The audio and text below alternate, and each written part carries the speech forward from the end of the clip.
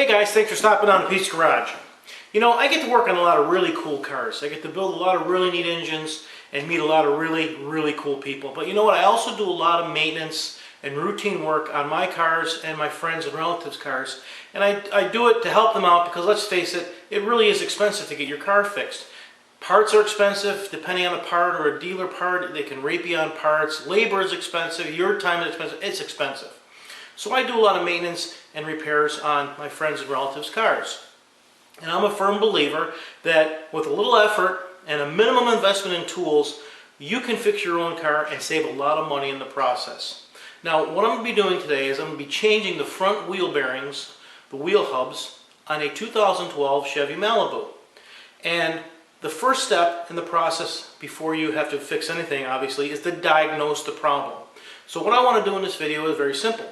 I'm going to show you how to diagnose a wheel bearing problem to make sure that it is a wheel bearing problem for a front wheel drive vehicle.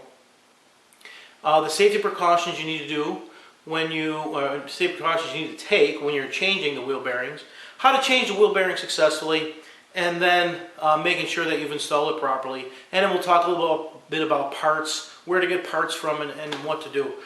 So let's take a ride. I'm going to show you how to diagnose a problem with your front wheel bearings if you have a front wheel drive vehicle, and then we'll bring it in the shop, take it apart, and we'll change it. Okay, so wheel bearing problems. So you're driving along, you're driving your car one day, and all of a sudden you hear this faint noise. It sounds like a grinding noise, and you're not sure where it's coming from. And the longer you drive, the louder it gets. And you're wondering, what is it? So first, let's do some basic isolation. I have my engine started, and I'm just going to rev the engine. And I don't hear any noises. So I know it's not part of the engine. So what I'm going to do is this. I'm going to put my car in drive. I'm going to quickly accelerate up to 50 miles an hour just so I can get up to speed.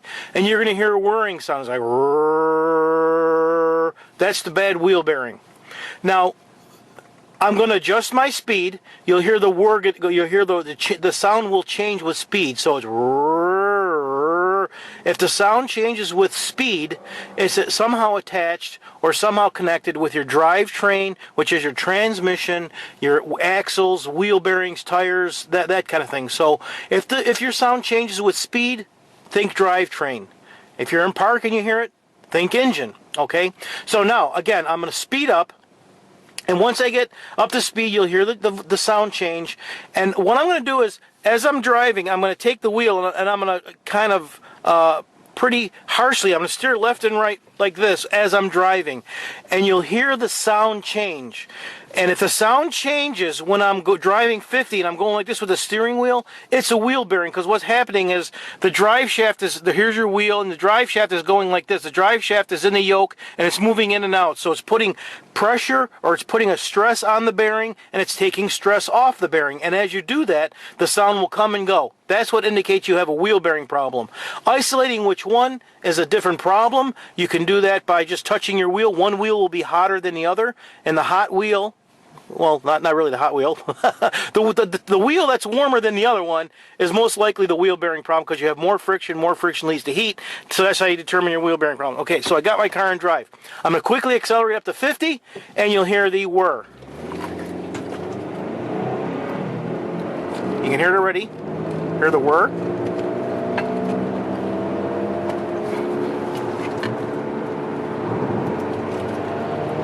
Okay, hear that? Now listen as I go.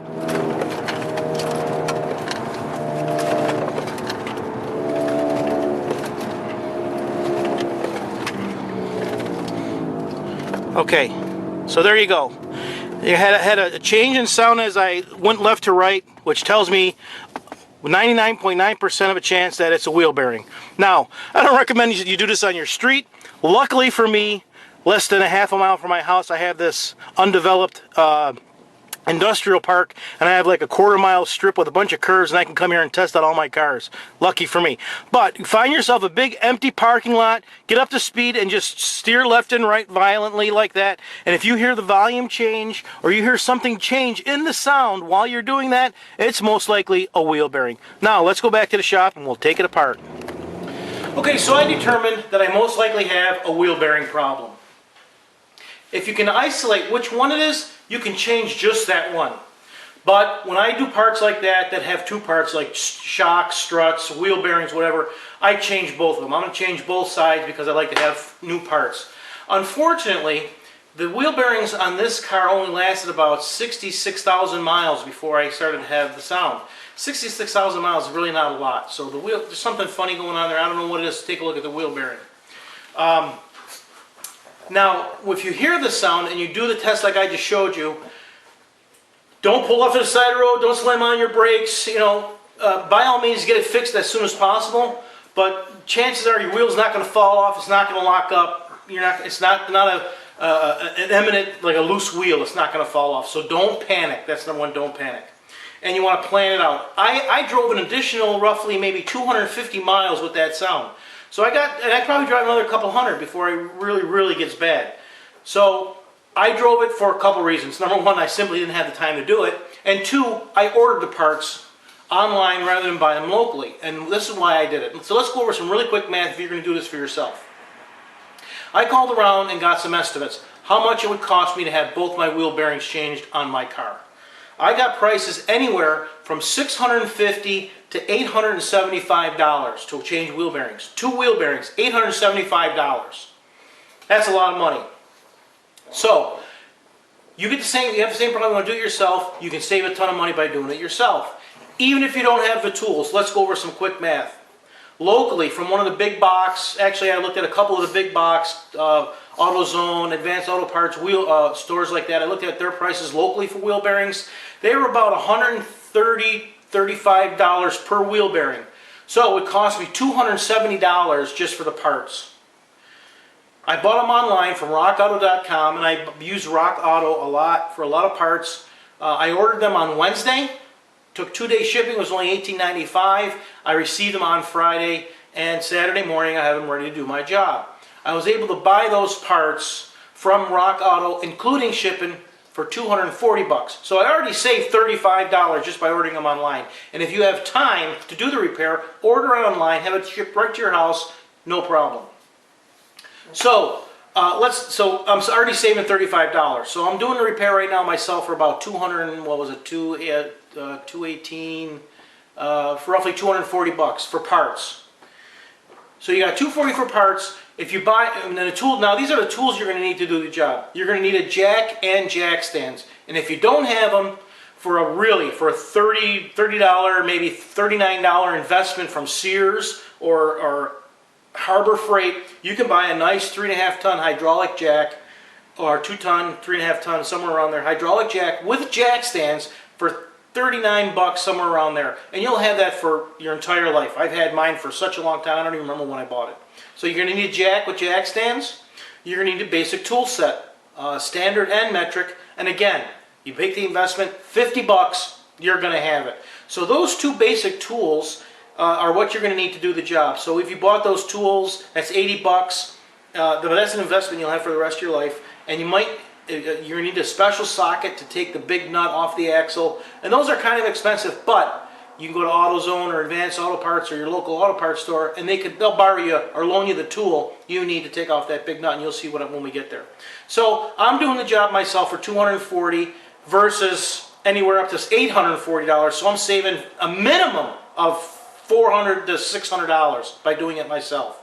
It's only going to take a couple hours at the most, but I'm going to go through it real quick to show you the steps. We'll change the bearing, safety, and we'll put it in place. So let's get started.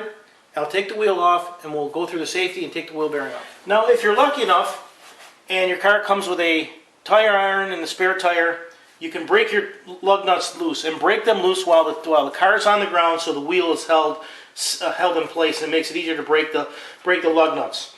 Also, make sure you look in your owner's manual, and it will tell you where to put your jack. Where do I jack up the car so I don't damage the car?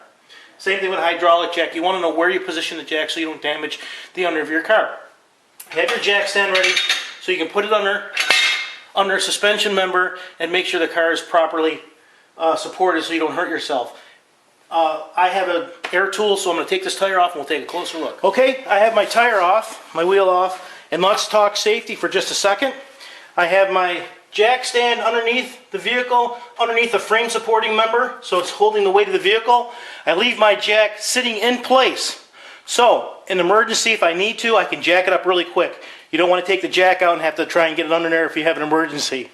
And by no means, don't ever put any part of your body between the bottom of the car and the ground.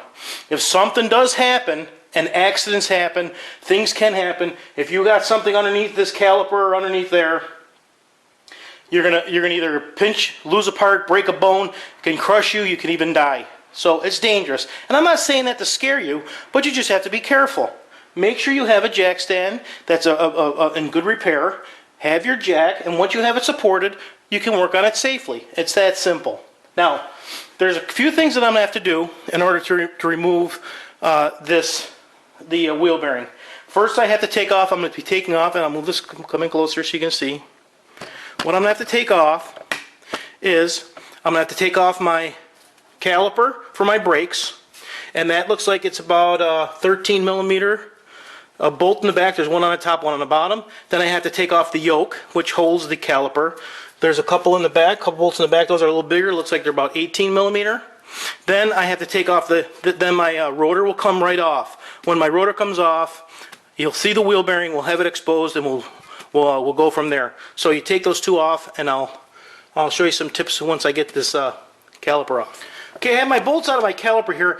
I have my wheel turned all the way left, so it's easier to work on this. It gets easier. Instead of the wheel being over here, now it's over here, it's easier to get to. So I'm just going to lift my caliper up out of the way.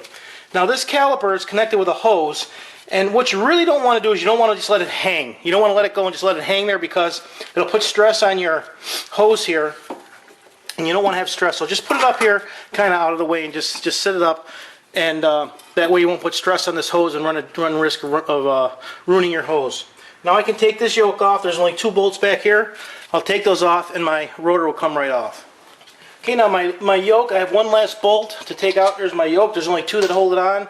And you're going to notice that the brake pads are still on the yoke. So when I take it off, I'm just going to slide it off, just like that. And you can see my brake pads stay right with the yoke. I still got a lot of meat left on those. I just put these vented slaughtered rotors on not too long ago, and they're nice. Got those at Rock Auto. Saved a ton of money. Did it myself. But anyway, take off your yoke. Set it out of the way gently. And your rotor should come right off. Set that out of the way. Now, this is and I can possibly, I can do it by hand. Not that tough. Here is my yoke, and here's my wheel hub. Now I have to take this wheel hub off, and this is where the bearing resides. And there are 3 bolts. There are usually 3 bolts. 1, 2, 3. That's what holds this on. But before I have to, I can take those out now, but I have to take off this nut that's in the middle. This is a very big nut. It's usually 1 1/8. Depending on your vehicle, it could be a little bit smaller, but it's around 1 1/8. So you'll have to go and get that socket to get that off if you don't have one. Borrow it, whatever. It's usually on there around 130 foot-pounds, so it might be tough to break. You'll need a breaker bar and a longer extension. But all we do is we're going to back that off. I'm going to take off the 3 bolts that are holding this entire hub assembly, and then it'll be done. Before we do that, let's open up the parts. Before I take this off here, I want to make sure I have the right part. So I'm going to open up my box from rockauto.com. And I'm going to compare it real quick to make sure I have the right hub for this vehicle. Okay, here's the box I got from Rock Auto. Open it up, take out the packing, like that. And I got the Timken wheel bearings. Timken is a good name brand. Take those both out of the box. Get the box out of the way. Save one for the other side. And let me take this bearing out of here. Interesting packaging.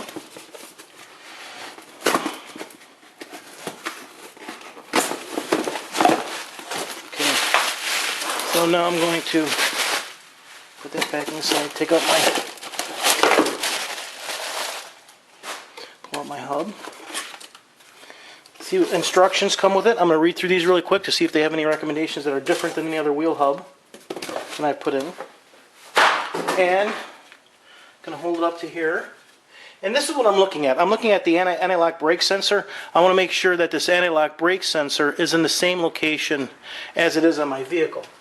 And I look in the back, I line that up, and it lines up. So my analog brake sensor, the brake sensor here is, if I kind of line up the holes, now you see these are the 3 holes I'm talking about. There's 3 holes that mount this hub to the axle, which is, or I'm sorry, to the lower part of the whole spindle assembly. So I'm going to take these 3 bolts out and I take out my center bolt. But this so far I have the right part. So make sure you have the right part before you take apart the old one. That way you got time to exchange it and get the right one. Let me pull that out and now what I'm going to do is I'll move this up here so you can see. This is what I'm going to do. I'm going to take off this nut first, then I'll pull off the hub. In order to get it all 3 bolts, you might have to turn the steering wheel one way or another, all the way to the left, all the way to the right to get this back bolt. So depending on your car, you might have to do that.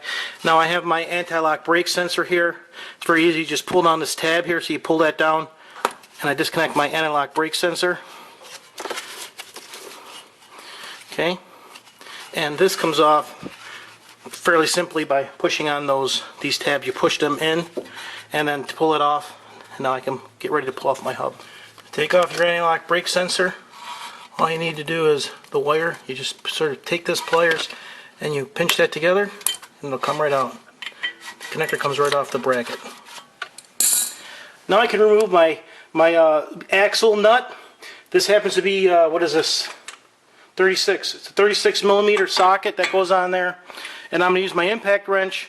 But usually you can break them free if you have a breaker bar, and they should come right off.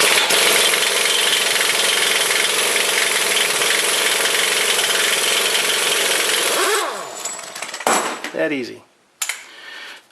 I know it looked easy, but I have an error impact. You can do that. If you have to do it by hand, okay, you do it slow and put a breaker bar on there.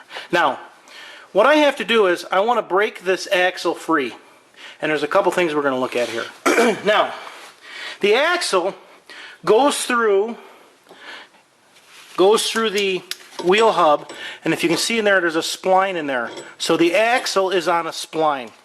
So there's a good chance this axle is going to be in there a little tight.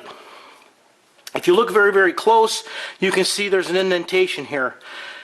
That is there for a reason. Now what you don't want to do is you don't want to take a sledgehammer or a heavy hammer and start banging on this thing like this to try and break it free, because you'll ruin the threads and you won't get the nut back on. If you absolutely insist on doing that and you have no other way of doing it, at least put the nut on, put a piece of wood over it, and bang on the wood to break it free. But do not damage your threads, because then you ruin your axle, and then now you'll be out another couple $100 for a new axle. So that indentation is there, is so you can put a drift in there. And you put a drift in there and hit it with a hammer and it'll break it free. Fortunately, I have my air hammer.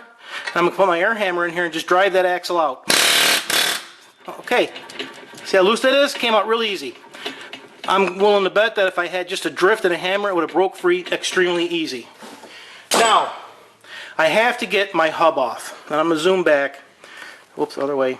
And this is probably the most difficult part of the job, because the hub, most likely, now here's the hub, you can see, so it's 66,000 miles, the car is 3 years old, it's going to be on there pretty good. There's a couple ways to get it off. You can beat it off on this side. You can see, I'll come over on this side, and you can see that there is like the plate, the vacuum plate for the brakes behind the rotors there. You don't want to bend any of that stuff. So what I try and do is to tap on it with a hammer, so I can take and I'll use an air hammer, but I just try and tap on it to break it loose.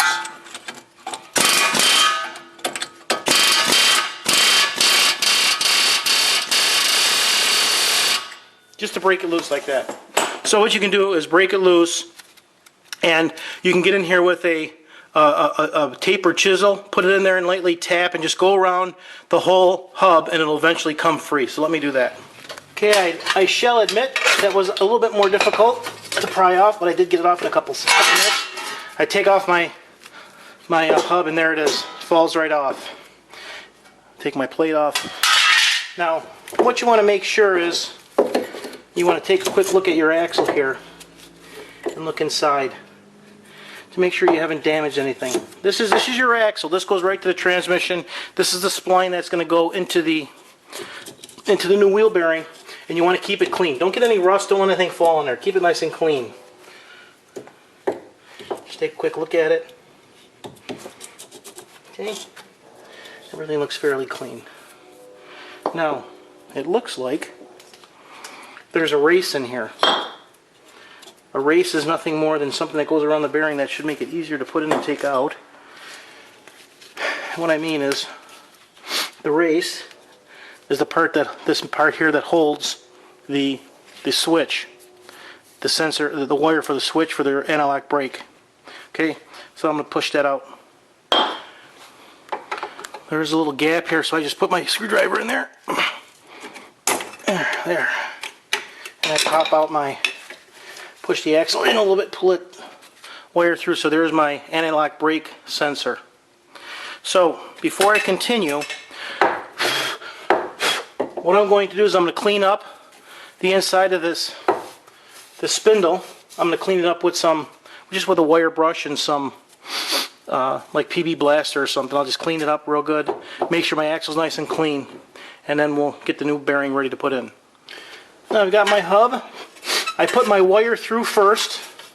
I'm just going to line up my backing plate, and I'll use my bolts on the back to draw the bearing into the hub, into the spindle. Now I can put my nut on, axle nut, torque it down to the required spec. Put my rotor on, and put my yoke on. Yoke on over the caliper, over the rotor. Put my bolts in.